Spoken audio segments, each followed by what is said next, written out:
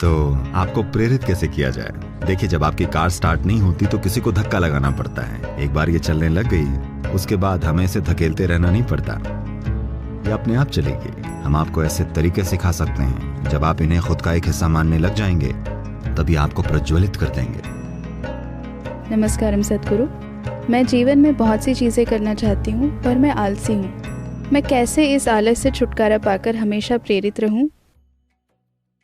आपको किसी के प्रेम में पड़ना पड़ेगा या किसी चीज के। अगर आपको कोई नहीं मिला तो आपको किसी चीज से प्रेम करना पड़ेगा। कोई चीज जो आपके लिए कुछ मायने रखती हो, तब आप सुबह उठेंगे। कुछ भी आपके लिए कुछ मायने नहीं रखता तो सुबह उठने की वजह क्या होगी? प्रेम कैसे हो? जब पहली बार शिव योग सिखाना चाहते थे तो उनकी पहली शिष्य, जो कि उनकी ही पत्नी पार्वती थीं, वो बहुत उत्सुक थीं उस परम ज्ञान तक पहुंचने के रास्ते को जानने के लिए, क्योंकि वो शिव को एक अद्भुत जीव के रूप में देखती थीं और वो उनकी ही तरह बनना चाहती थी। उन्होंने पूछा, कैसे? मैं कुछ भी करने के लिए तैयार हूं। शिव ने कहा, कुछ भी करने की कोई जरूरत नहीं है, बस यहां आकर मेरी गोद में बैठ जाओ। उनको थोड़ी हिचक हुई, क्योंकि वो नहीं चाहती थी उन्हें पुचकार आ जाए। मैं उस परम ज्ञान को प्राप्त होना चाहती हूं। शिव ने कहा, आओ और बस आराम से यहां बैठ जाओ। वो बैठ गईं। शिव उन्हें अपने करीब ले आए, अपनी जरूरतों के लिए नहीं, उनके लिए। वो उन्हें और करीब ले आए, और ज्यादा और ज्यादा, और आहिस्ता से वो शिव का ही एक हिस्सा बन गईं। तो शिव का एक आयाम है जिसे हम अर्ध नारी कहते हैं, जहां आधा भाग पुरुष है और आधा नारी।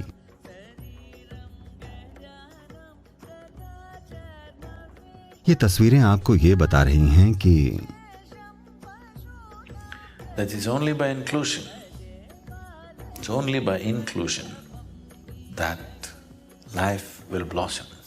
समावेश से ही, सिर्फ अपने में शामिल करने से ही ये जीवन खिलेगा। अगर आपको किसी चीज को खुद में शामिल करना है तो आप में खाली जगह होनी चाहिए, है ना? अगर मुझे किसी को खुद का एक हिस्सा बनाना है तो मुझे खुद में से आधा भाग बाहर फेंकना होगा, सिर्फ तभी। इसीलिए अंग्रेजी में इसे फॉलिंग इन लव कहते हैं, प्रेम में उठना नहीं। ठीक है, प्रेम में खड़े होना नहीं, ऊपर चढ़ना नहीं। फॉलिंग इन लव यानी आप प्रेम में गिरते हैं, क्योंकि आप जो हैं उसमें से कुछ हिस्से को गिरना होता है, सिर्फ तभी किसी के लिए या किसी चीज के लिए वहां जगह होगी। अगर आपका सब कुछ ढह जाए तो इसमें अपार जगह होगी। आप सारी की सारी सृष्टि को खुद में शामिल कर सकते हैं।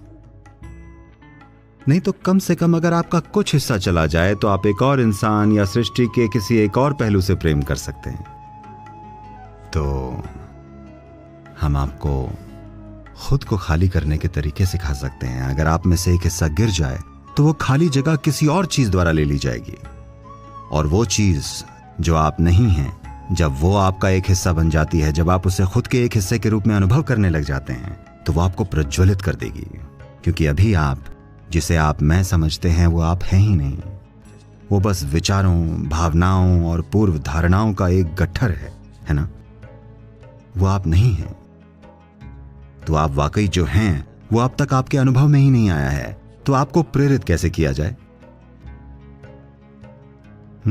जब आप अभी हैं ही नहीं तो आपको आगे कैसे बढ़ाया जाए? आप अभी तक हैं ही नहीं। जो है वो बस विचारों का एक गट्ठर है, विचारों और भावनाओं का एक बादल है, और हर तरह की चीजें हैं, है ना? तो इसीलिए साधना होती है। आपको यहां आकर साधना करनी चाहिए। शुरुआत में किसी को आपको प्रेरित करना पड़ेगा। देखिए, जब आपकी कार स्टार्ट नहीं होती किसी को धक्का लगाना पड़ता है। ओके, एक बार ये चलने लग गई तब हमें इसे धकेलते नहीं रहना पड़ता, तभी अपने आप चलेगी। तो शुरुआत में थोड़ा धक्का लगवाने में कोई हर्ज नहीं है। हर किसी को थोड़े धक्के की जरूरत पड़ती है। बहुत कम ही लोग होते हैं जो पहले ही स्टेप से खुद को चला सकें। अधिकतर को धक्का लगाना पड़ता है, बीच बीच में एक आध किक यहाँ वहां, बाकी वो कर लेंगे।